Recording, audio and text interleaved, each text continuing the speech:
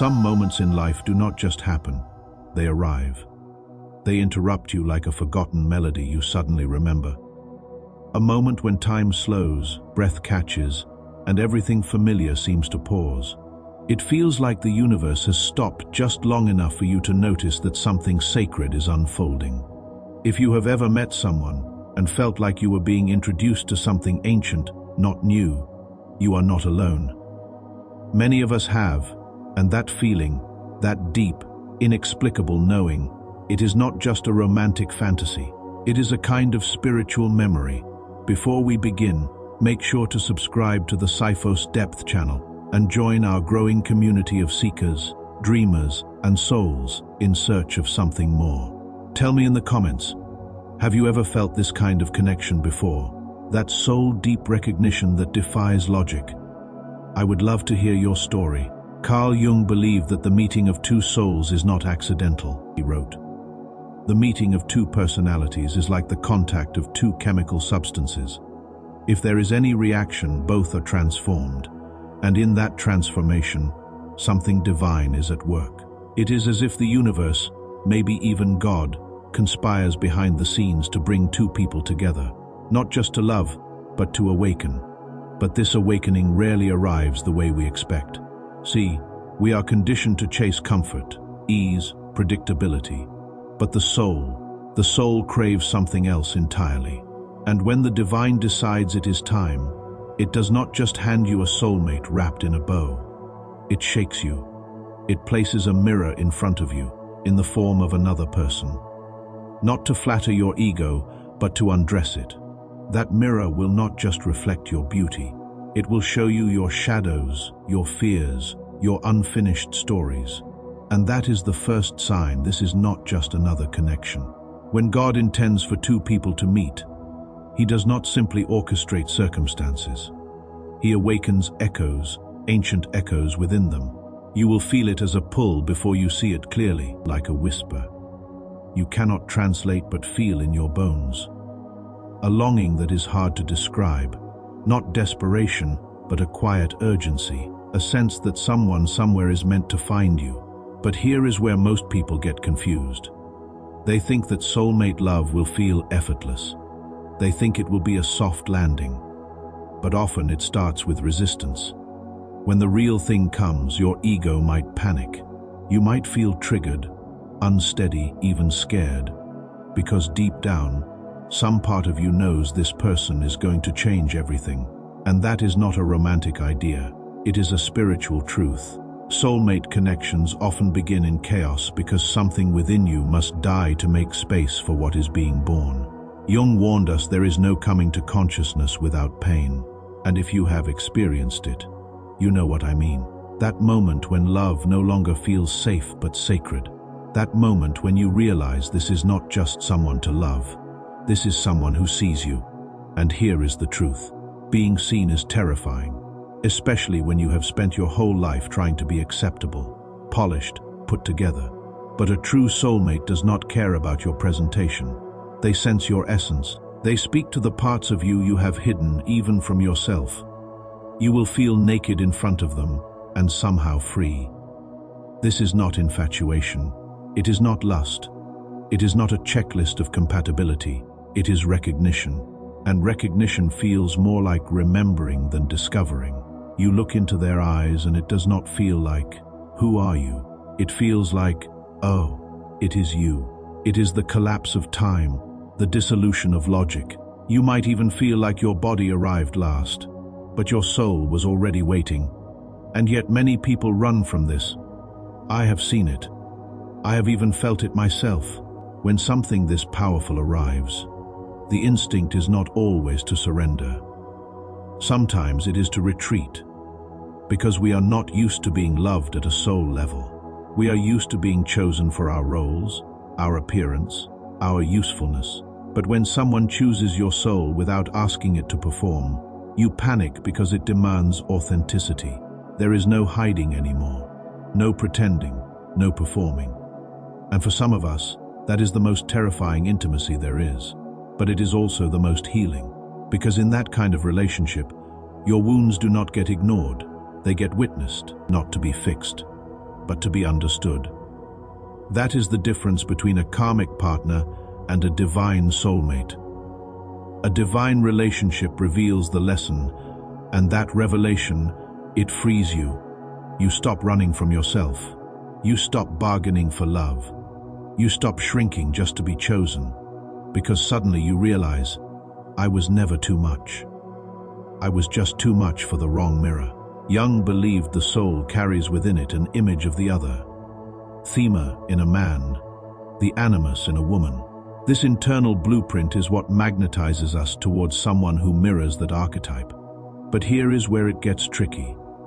If we are not spiritually mature, we can fall for the image, not the person. Projection feels like love, but it is just longing wearing a mask.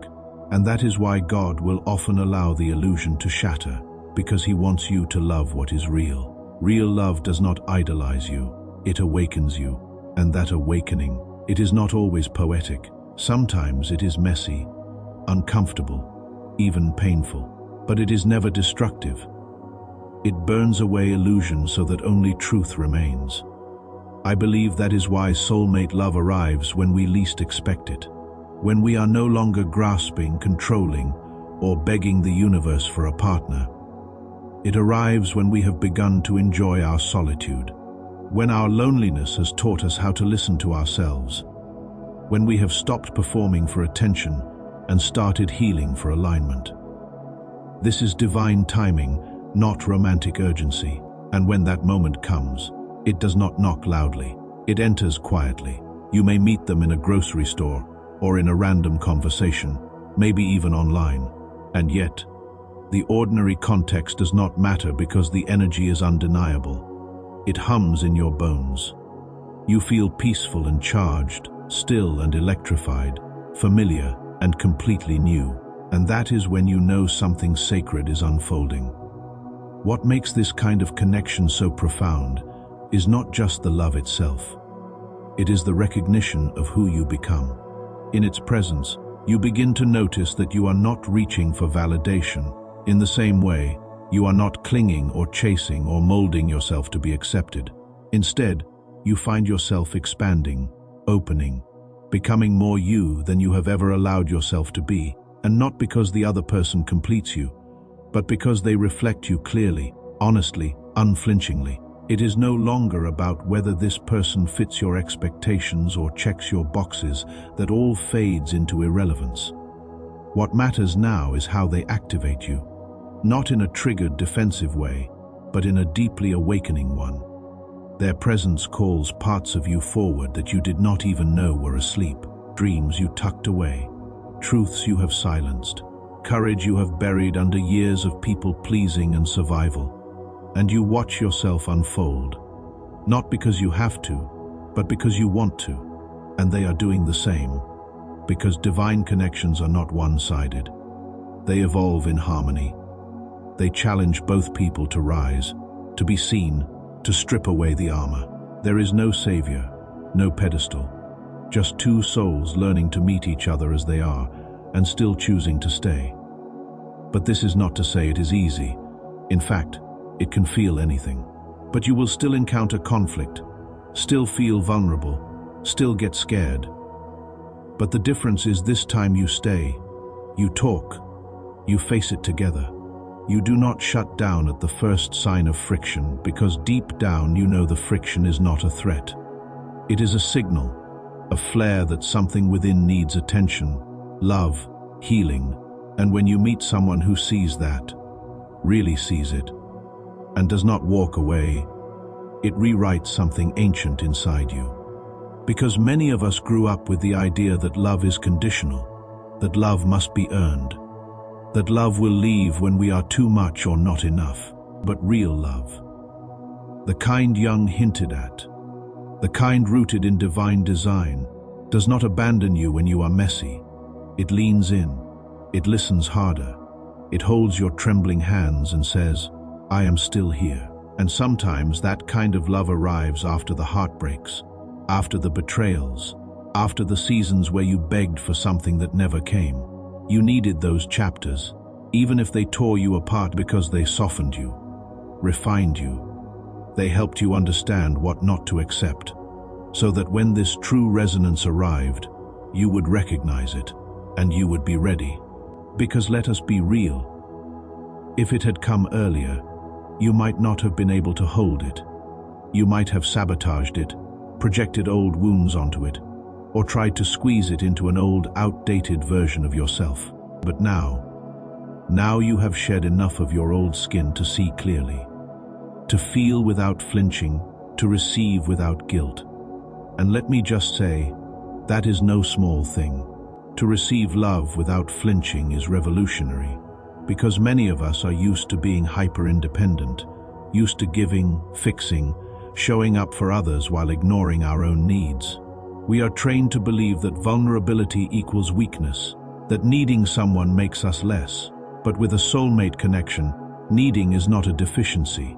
It is a bridge, a sacred exchange. You meet in your wholeness, not your lack. You support, not save. You inspire, not fix.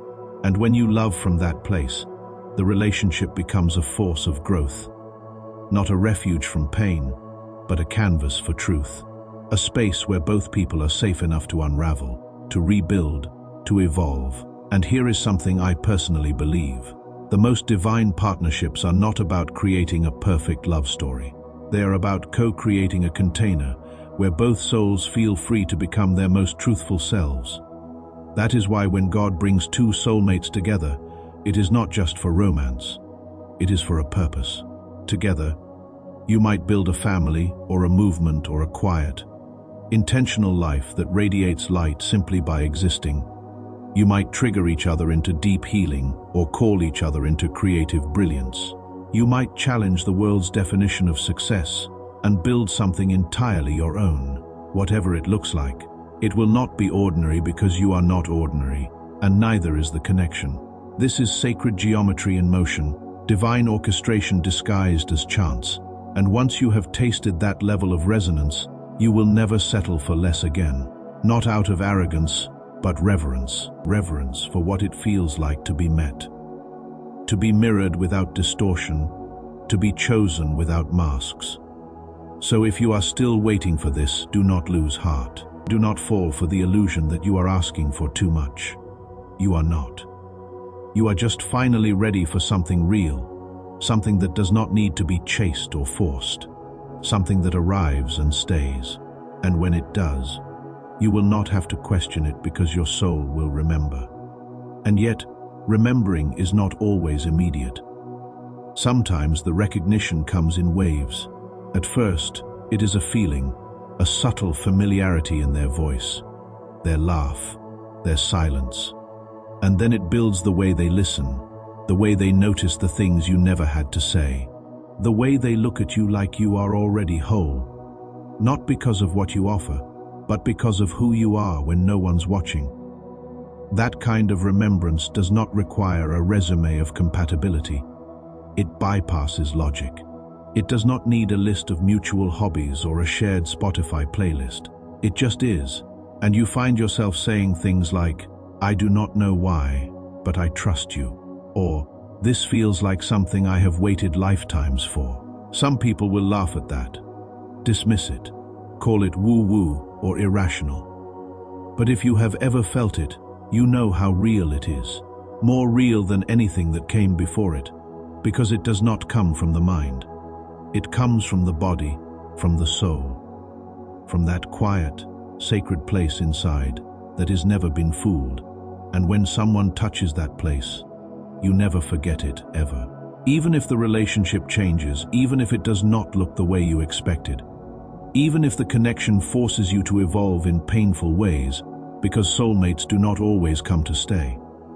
Sometimes they come to wake you up.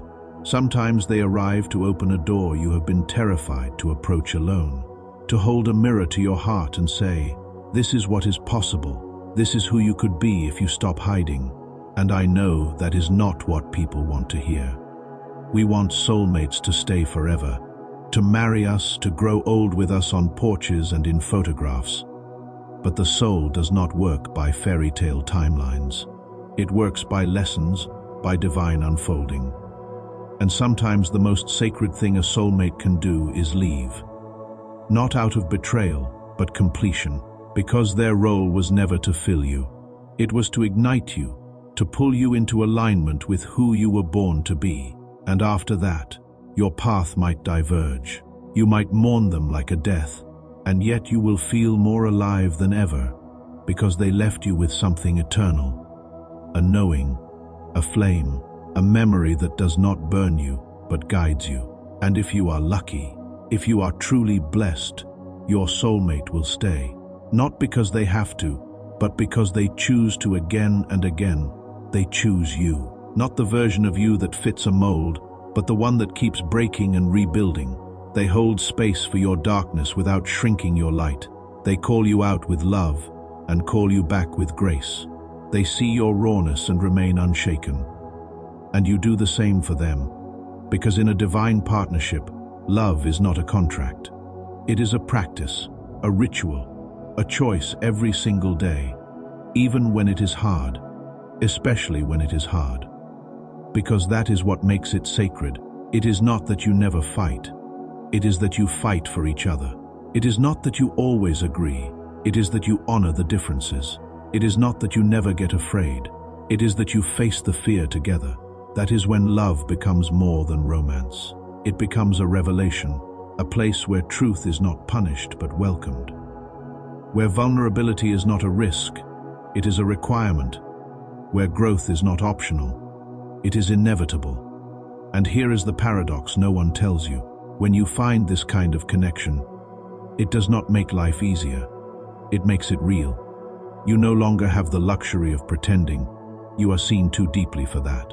And strangely, that becomes your freedom, because now you can stop performing. Now you can stop competing. Now you can stop earning love. You can just be. And in that being, something extraordinary unfolds. You begin to heal in places you did not know were broken. You begin to trust in ways you did not know were possible. You begin to love not from fear or fantasy, but from a deep grounded knowing that this is holy. So whether your soulmate is already beside you, still on their way, or watching you from across the veil of time, I want you to remember this. You are not too much. You are not hard to love. You are not unworthy of deep, soulful connection. You are just waiting for the right mirror. And when it comes, you will know. Not because it is perfect, but because it is true. And when that truth finally arrives, it does not demand explanation. It does not need to be rationalized or justified. It just lives quietly, unapologetically in your chest. It hums beneath your conversations, your shared glances, your silences.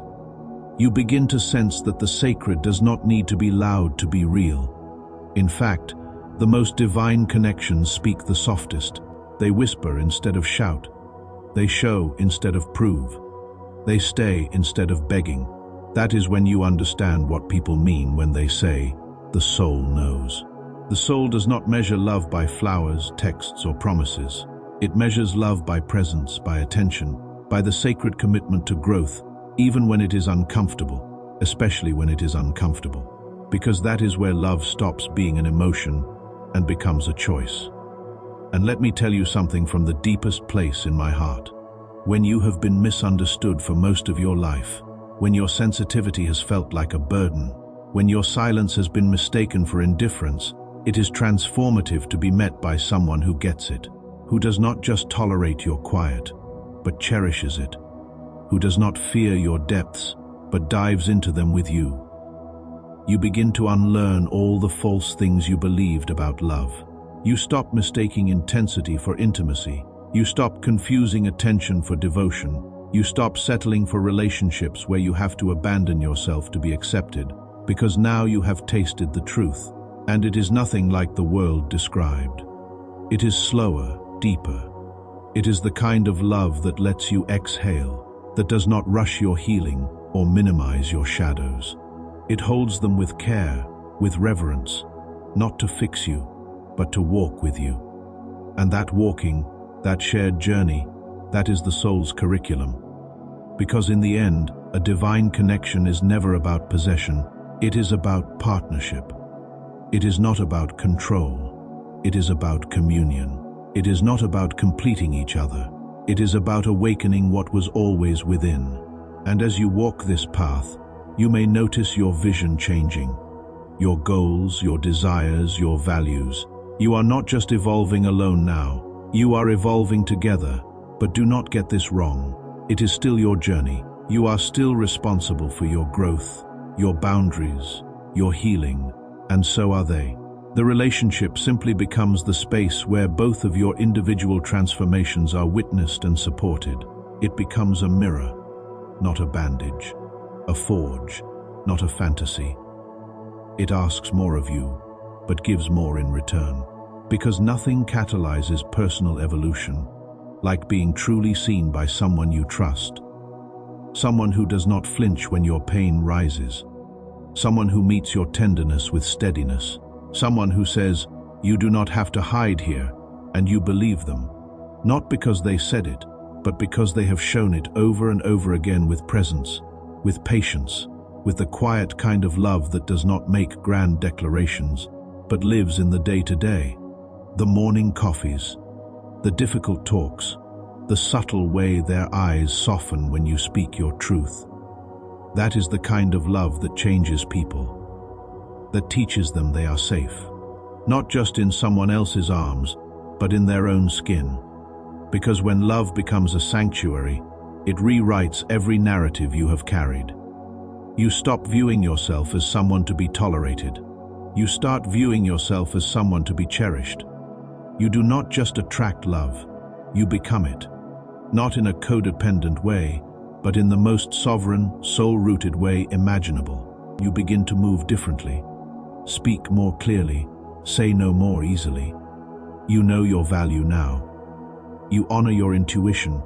You recognize red flags not as puzzles to solve, but as reasons to walk away. You stop negotiating your worth for companionship, because now you have seen what is possible, and you will not go back to less.